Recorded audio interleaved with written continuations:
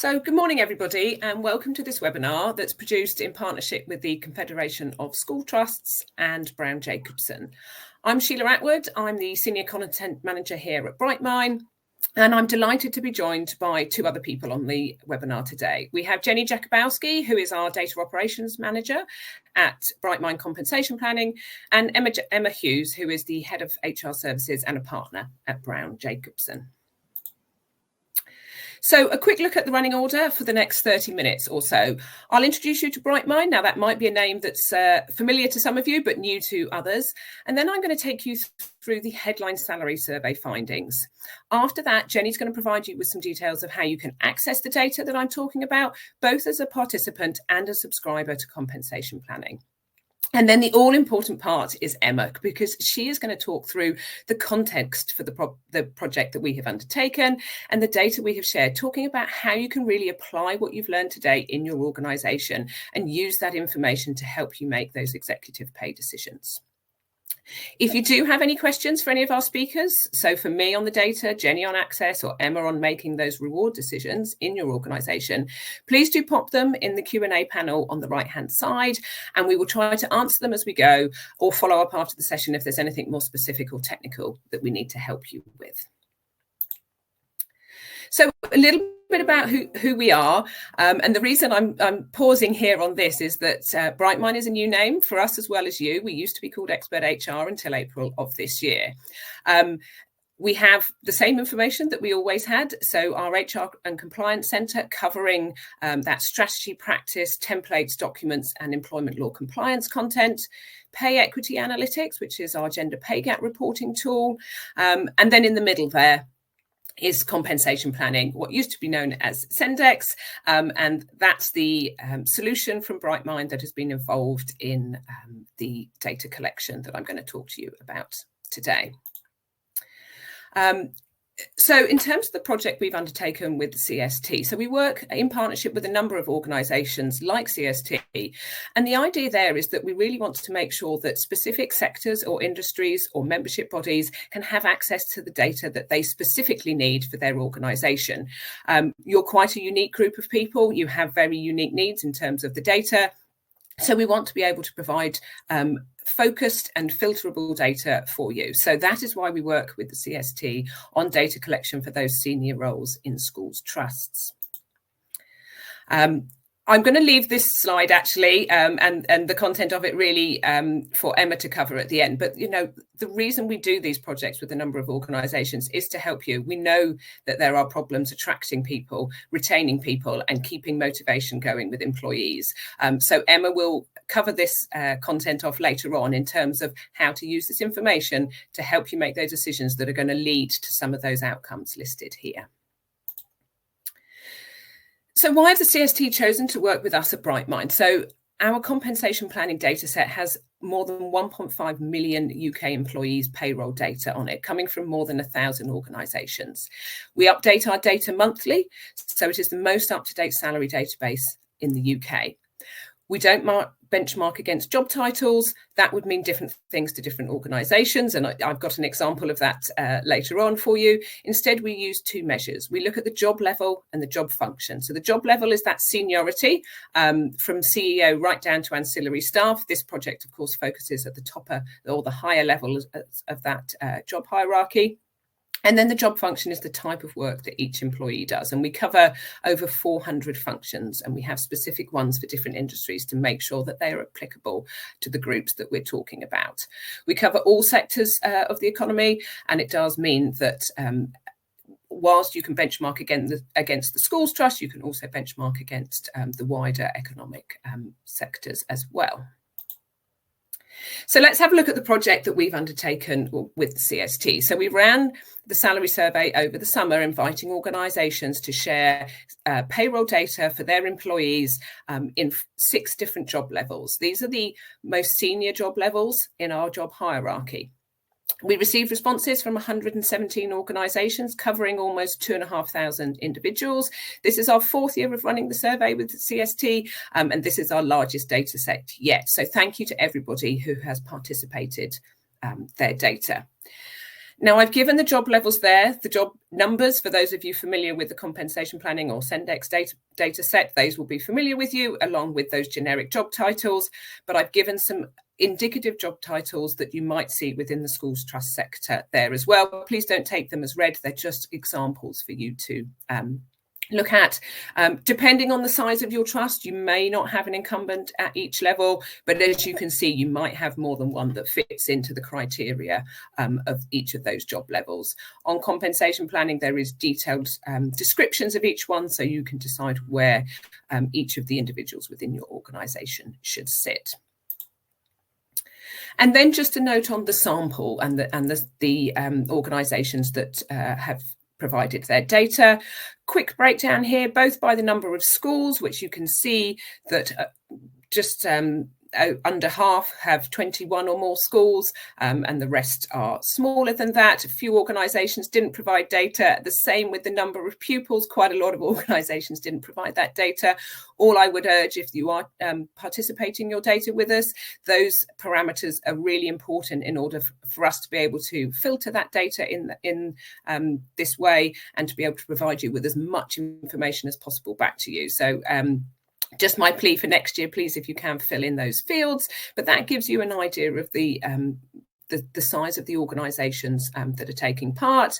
Another parameter I don't have a slide on, but is region. So around 35% of the individuals covered by the survey are based in London, and most of the remainder are elsewhere in the UK. Again, unfortunately, a couple didn't provide that information. But I hope that gives you an idea of the sorts of organisations and the trust that we are talking about in the data I'm going to share with you. So I've provided very top-line headline findings here by job level. Those are those 6 job levels I mentioned earlier, and I've just popped on the median basic salary and some information on how those salaries have increased. Now, this is based on a match sample. We have a really good sample here of organisations that provided data last year and for this year. So we're able to track the salaries of those individuals who haven't changed job level or job function. So they are in the same role as they were a year ago. And you can see some differences there. Overall, across the whole sample, the median basic salary has improved by about 8.3%. That's a little bit higher than we're seeing across the whole sample within Brightmine compensation planning. And within that, there are some individual role levels there where those increases were a little bit higher. So the summary report that is now available on the CST website covers 2 roles in more detail, and that's the CEO and the operations director. So I'm going to share a couple of findings from each of these here, starting with the CEO. Headline findings there around with the median, and showing how much variation there is around that figure with the upper and lower quartiles there. Now, data for this role, we have 129 individuals in 111 organisations. In terms of salary movements, as we saw on the previous slide, the median basic pay has improved by about 6.9% compared with the 2023 rates across that match sample. And we know actually that salaries have risen a lot over the past year in response to inflation and the cost of living. So whilst historically that would be a high number, I don't think it's so out of kilter with what we're seeing elsewhere. But of course, those are just headline findings for the whole sample. So a couple of breakdowns here, and this is the information I mentioned earlier on the samples, that the more data that we have shared with us around pupil numbers and number of schools, the more we are able to provide a really good breakdown of the data. I've just picked out 2 variables here, but you can obviously filter by all bands of school size and all bands of pupil numbers as per the slide earlier. Nothing untoward here. The smaller schools in terms of pupil numbers and number of schools within the trust have lower salaries than those larger organisations. So yeah, nothing untoward in those figures. And again, region, London salaries do tend to be a little bit higher than those across the rest of the UK. Finally, on CEOs, I just take a quick look at the gender pay gap. The difference between the median salary of males and females in our sample is more than £8,000. That's a 5.8% gap. And that is a little narrower than we observed last year, where we had a 7% gender pay gap for the CEO role. Now, according to the UK gender pay gap figures uploaded to the government portal, the gender pay gap stands at about 9.1% at the median. So within this sample, the gender pay gap is lower than we see across all organisations and all roles. And talking of other roles, let's just have a quick look at the operations director. So this is individuals at level 12, which is director level, who are operating in general management. And again, operations director is an indicative job title for you. You may call that something slightly different. We have a tighter bunching of salaries around the median for this role. The middle half of salaries fall within a £24,000 band. If you remember on a couple of slides ago, the CEO band, the middle half of salaries fell within a £40,000 band. But we see higher growth in the salaries for this position. The median salary on a match sample basis of individuals is up 9.1% over the past year. Now, salary data for this role, obviously, and all other roles that we have collected data on is available for all those variables I covered earlier with the CEO. The example I've pulled out here is how salaries vary by number of pupils in the trust. And we can see there that actually it's not the largest trust by number of pupils that have the highest salaries, but just a word of caution there. This may be due to the types of roles that individual organisations have. It may be that some organisations don't have anyone higher, and therefore this role might be slightly bigger and therefore command a slightly higher salary. Of course, you can play around with all of these filters on compensation planning and compare against other organisations within the schools trust sector and other organisations across the economy. And that is probably a good time for me to hand over to my colleague Jenny, who's going to give you a brief overview of how you can access the data both within the reports that are available and using the data on compensation planning. Thank you, Sheila. So, yep, as Sheila says, I'm going to take you very quickly through the ways in which you can access the survey results. There are three key reporting options here, depending on the level of detail you need. So firstly, there's the free summary report, which Sheila's just referenced, and which provides that analysis of pay for the two key senior roles, so the CEO and the operations director. In that report, pay is then further broken down by a range of factors, such as number of pupils, number of schools, as well as educational provision. And as Sheila's just outlined, it also shows the impact of gender and location on pay. And CST have published that report on their website this morning, and we will put the link to that in the chat for anyone who doesn't have it. Now, participants will also receive a complimentary personalised report, which takes the data you submitted and provides comparison information to other roles across the sector, operating at the same level of responsibility. And I'll show you what this looks like shortly. And finally, for those who want to be able to drill down into greater detail, then a subscription to the Brightmine compensation planning platform is available at a discounted rate to CST members who participated in the data collection. Now, if you didn't participate in the collection, but you would like to receive either the free reports or you're interested in subscribing to the platform, we can accept data outside of the normal data collection period to enable this. So do just get in touch with us and we'll talk you through how that can happen. So let's take a look at the personalised report I mentioned a moment ago. So we can only provide this to those who participated, as it compares the rates of pay of your senior leaders to rates for other leaders across the sector operating at the same level of seniority. And we see here in the table on the right-hand side of the page, details of our own roles. We can see the job title of our senior leaders and the job level assigned to each. We can see their basic salaries, and we can see the average national basic salary of others operating at the same level of responsibility across the sector. We then provide the percentage variation from your rates to the market rates shown.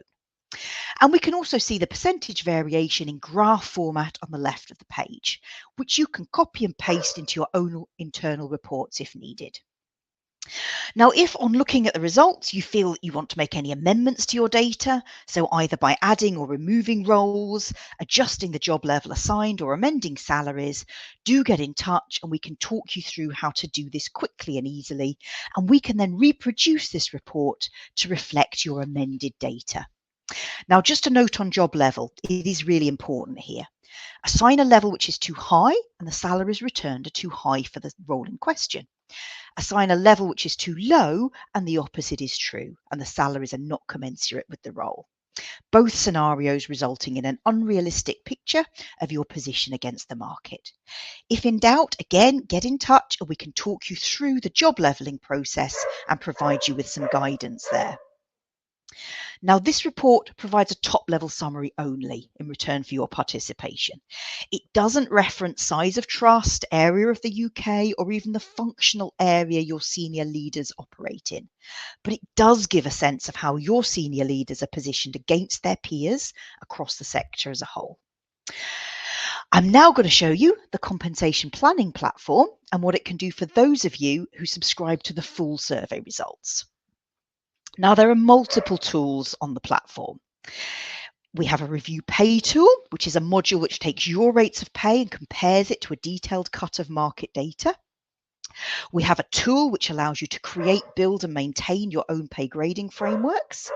A tool to help you calculate your pay gaps, so gender pay gaps, but also ethnicity and disability pay gap calculations are possible, as well as both tools and reports analysing employment policies and practices and employee benefits. And we'd be happy to take any of you through these tools one-to-one if they're of interest. However, the key tool, which all subscribers have access to and which I'm going to show you today, is Benchmark a Role.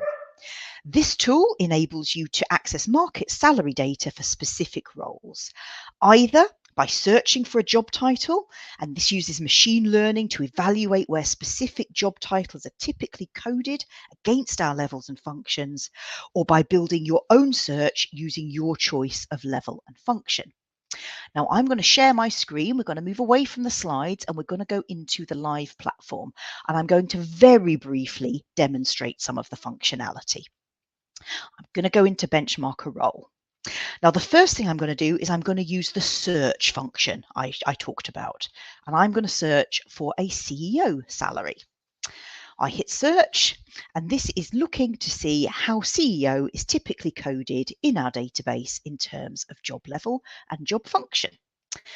And it has brought up 4 results for me, all coded to level 10, which is the level of a chief executive, no surprises there. And it's giving me a range of functions, but overwhelmingly we're seeing chief executive coded to the general management function. I can see almost 600 compared to just very small numbers for the rest. So that's what I want to look at. I'm going to click next, and it will bring me up a full table of results for my CEO. I've got a decile distribution of salaries, so I can see a real range of salaries from the 10th to the 90th percentile. I can see basic salary, I can see a range of bonuses, allowances, and I can see total cash as well. This currently is across all industry sectors and it's national data. But what the platform allows you to do is to make some refinements. I can refine by location, either very broad location or by more granular location. So I can look to the UK excluding London, or I can look specifically to the southeast or the southwest. I've got options to filter by size of organisation in terms of number of employees or in terms of organisation's turnover or income. But what I want to show you today is the industry filter. So in a school, in a school trust sector, I want to filter by industry and I want to find where the other schools are coded. So we can scroll down through public services, public education, and we can find primary and secondary, or we can use the search option at the top. And if we start typing primary, it will immediately reveal the sector I'm looking for. So now I've got data for a CEO in primary and secondary education. So I've got a table that's much more suited to my needs. I can factor in any of the other filters around size or location, but under our other option, this is where we will find the filters if we scroll down for pupil number or number of schools. I'm going to filter here by pupil number, I'm going to select the two middle options. So I'm going to exclude those that are much smaller or much larger, but still get some measure of size. And there we go. I now have a table showing salaries for a CEO in a size of trust that's not dissimilar to myself and only looking at primary and secondary education. Now from here, I can save this search so I can come back and play about with it again without having to add all these filters, or I can export it quite nicely into Excel. I'm going to very quickly start over and show you one more search quickly, and this time I'm going to build a role. So I want to look for data for a finance manager. I've already mapped my data in, so I know that my finance managers are broadly aligned to a compensation planning level 15. I want to add a function, so I'm going to scroll down and I'm going to add the whole finance function. I could, by expanding this, find a much more granular functional, but because my finance manager has responsibility for the overall area, I want to pick all finance functions. I've got a table, as I saw for my CEO search, and again, I can filter to suit. So this time I'm going to add in number of schools, and I want to limit my search to trusts that have more than 11 schools, shall we say. I've added both of those filter options and my table has adjusted accordingly. Now, if I want to consider how salaries would compare with another sector, I can very quickly duplicate my table and I can go into the bottom and I can take off number of schools, which are not going to be relevant in other sectors. And I'm going to add an industry search here for maybe the charity and not-for-profit sector. So now I can see in my bottom table my finance manager rates as they might be in the voluntary sector. My top table, I'm going to add in my primary. There we go, primary and secondary. So now I can compare on screen rates of pay for a finance manager from the school trust sector, school trusts of a certain size, with the same role in the voluntary sector. And again, I can download either one table, or if I want to download all tables, I get a download all tables option at the very top of the page. Very, very, very quick run through that tool and what it can do for us. Hopefully it gives you a sense of the functionality and the types of data you can obtain from the platform. If anybody would like any more information, our contact details are there on screen. Do get in touch. We would be happy to provide that for you. And with that, I am going to hand you over to Emma from Browne Jacobson. Thank you very much for your time today.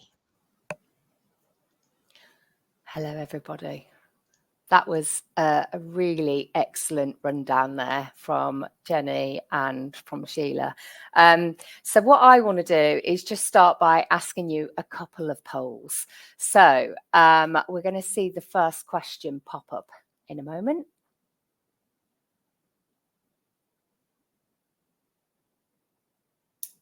Just waiting for that to come through.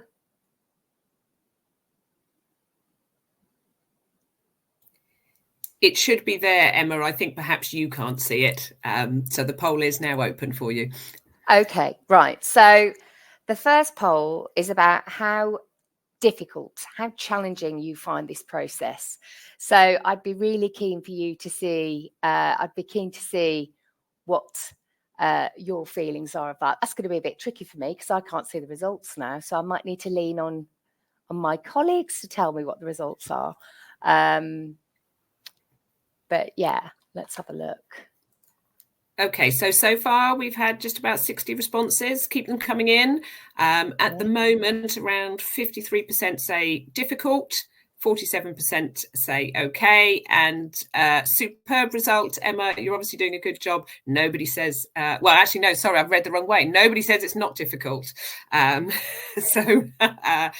says it's not difficult. Difficult, yes. Right, so I'm not surprised by that. I'm not surprised by that because my experience of working with trusts is that this is that a lot of my clients find that this is quite a tricky thing to go through, and I think are quite perhaps intimidated or overwhelmed by the tasks that may be at hand, and are perhaps not that used to using this sort of data and going through perhaps a reward process where they've never done that before. So I just want to help to bring some of this down so that it's not so intimidating and doesn't seem so challenging. So the next question, if you wouldn't mind asking that one, Sheila.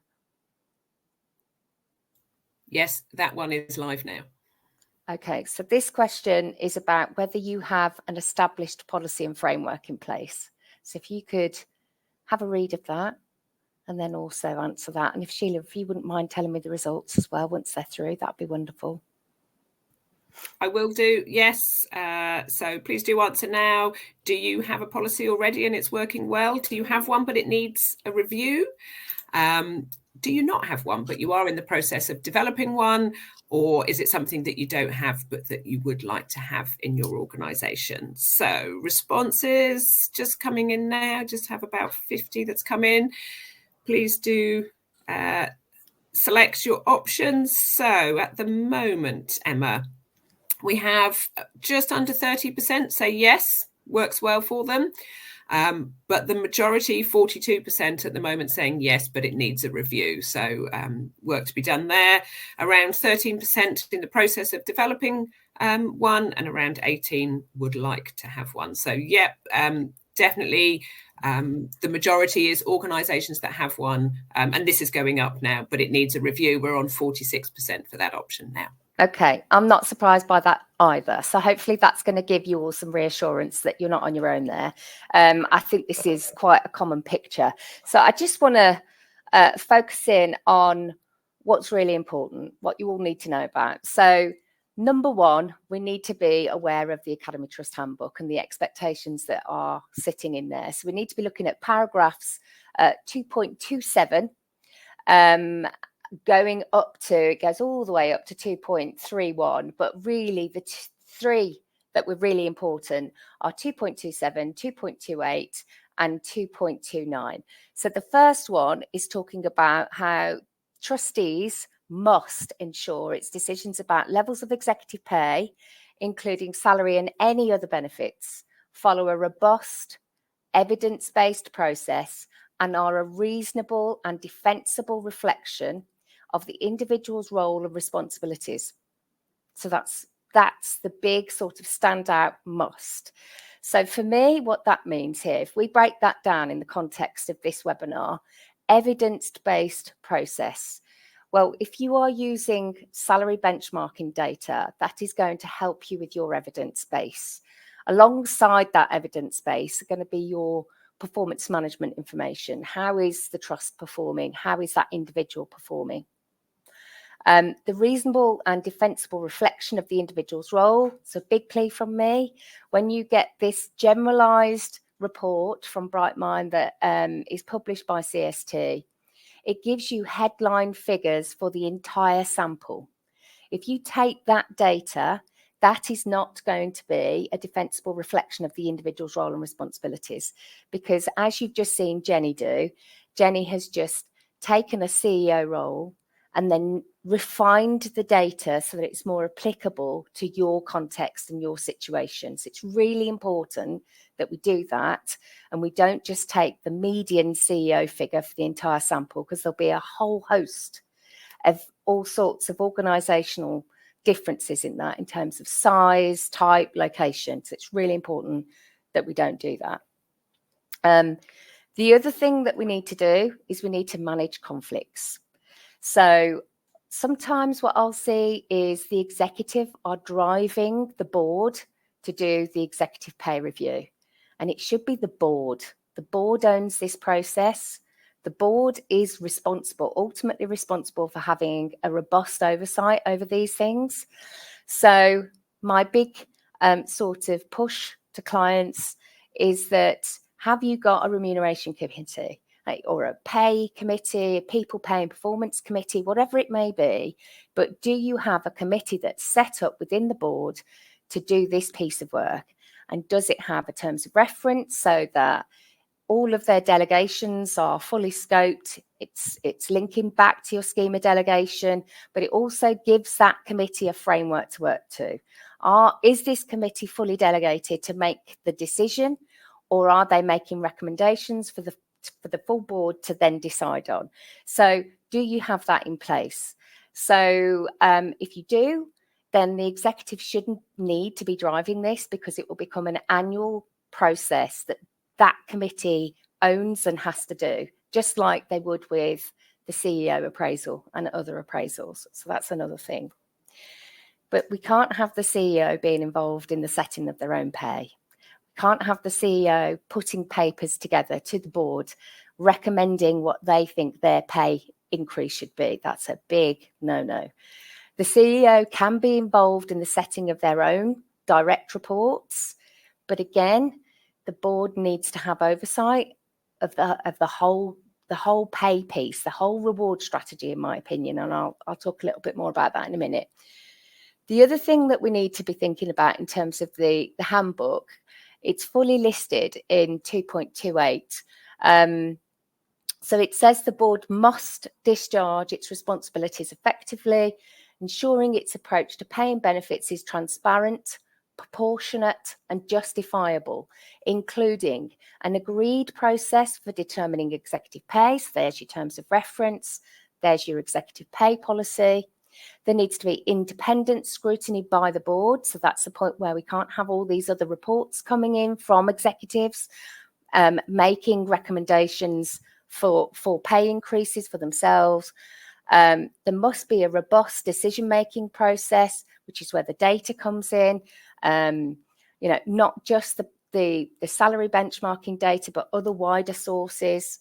Proportionality, that pay and benefits represent good value for money and are defensible relative to the public sector market. And then documented decision-making with rationale. You can be challenged by the public, by the regulator, and if the public submits an FOI for the pay process, the pay setting process for the CEO, we know that the ICO will support the disclosure of that information because it's in the public interest. So you need to make sure that whatever process you're following, you need to keep those decisions documented and why. There's also a basic presumption that executive pay and benefits shouldn't increase at a faster rate than that of teachers in individual years and over the long term. So this sometimes can be a problem. So a few years ago, there was a teacher pay freeze. So, but that year was also a year that a lot of trusts were wanting to reward the leadership of the trust because it was on the back of COVID and all the very difficult leadership challenges that came into play. I think what you do there is, as a board, it's in your gift to make these decisions. And if that's something that you're going to do, you've just got to have a really good, robust rationale, a good defensible argument to be able to put forward. You also need to understand that inappropriate pay and benefits can be challenged by the ESFA, particularly in instances of poor financial management of the trusts. So I have seen the ESFA issue notice to improve to trusts that are inappropriately paying their executives. Now, obviously, from an employment perspective, it's incredibly difficult. If we've got ourselves into a position where we are probably, where we could be overpaying a CEO, overpaying a member of or members of the executive team, it's very, very tricky to take that away. We would be breaching the employment agreement that we have with those people. But if we have a notice to improve that's issued around that, then that also becomes trickier. The regulator is saying you must do something about this. So they're the things that I need you to really think about. And the other one, of course, most trusts are very, very aware of this, is that we've got to publish. We've got to publish this data. For any information where salaries exceed 100K, we've got to publish it in 10K bandings. So they're the compliance bits. They're the bits that we must take note of. Okay, so I'm now going to talk about the do's and don'ts. Right, okay. So when I come to work with clients about helping them with executive pay setting, we need to be thinking about what the reward strategy is for the entire organisation. And the reason that I say that is because there are layers within a school trust that will create a significant upward force, a pressure on the pay for executive staff. And the main bank of people that will create that force is your head teachers, or anybody in a senior role that's still being paid as a head teacher under the School Teachers Pay and Conditions document. So as things currently stand, in the 2023 School Teachers Pay and Conditions document, if you have a Group 8 secondary school, which is the biggest school that you can have, and you have a head teacher that's paid on the highest point in the leadership scale, in England, so that's excluding inner London and outer London, outside of London, a head teacher in a Group 8 school could earn as much as £131,056. So we've just seen Jenny and Sheila talk about the median salary for the CEO for the entire sample in this salary survey being 144,000. So it's not far off, is it, when you're looking at a head teacher potentially earning 131. Going into 24-25, the proposed pay point for L43 is 138,265. On top of that, in the School Teachers Pay and Conditions document, you can award up to a further 25% on that. So there are head teachers in England that are being paid in the current year of 2023, 163,820. For 2024, it would be 172,831. So this is a significant upward force that we must take account of when we're looking at executive pay. We cannot just look at the executive roles without considering the wider pressure that exists within the structure. We are also seeing, because multi-academy trusts grow through merger and acquisition, we are seeing Group 8 single academy trust schools being taken into a multi-academy trust, and that Group 8 head teacher is earning more than the CEO. And in that scenario, what happens is I'll often have the chair come to me to say, we've got to increase the CEO's pay. And in those circumstances, it's not a rush to do that. In those circumstances, it's a case of sitting back and saying, hold on, is that pay right, first of all? Should that head teacher in the Group 8 school be earning that salary? Do we freeze it and put a red circle around it and say, actually, no, that's more than it should be? And we hold the CEO's salary? Or do we increase the CEO's salary? We do some benchmarking, we make some decisions about where the current CEO's salary compares to the market data using benchmarking data, and that helps to inform where we go next. So it's really, really important that we consider the School Teachers Pay and Conditions document. Many trusts still are using the School Teachers Pay and Conditions document. They've not moved away from national terms and conditions, and it is a challenge. But it's not an unavoidable challenge. It's not insurmountable. We just need to know what exists, what's on our desk, and then we can start to navigate it to help us make some decisions. So when I use data, when I am working with a client, I will look at calculating the ISR for each school in the trust. I'll do some assessments on where pay should be for each of those head teachers. I'll also look at any other post that's paid at a senior level that's still paid on the School Teachers Pay and Conditions document.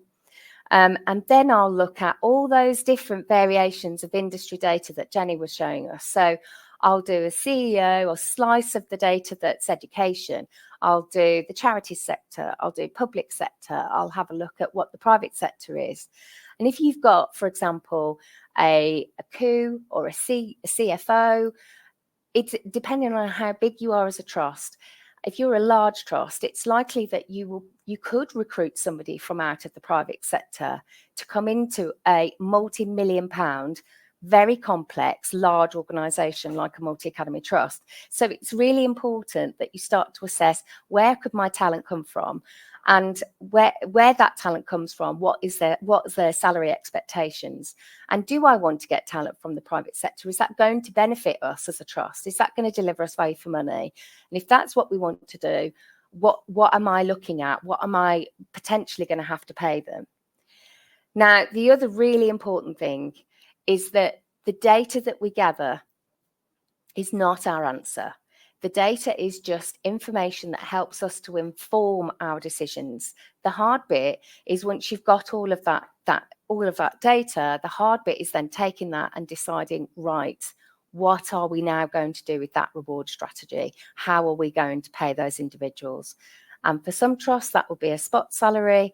For some, it will be, I want a 5-point range. And for others, they'll design an entire executive pay scale, and there'll be pay ranges that they'll designate for each executive role.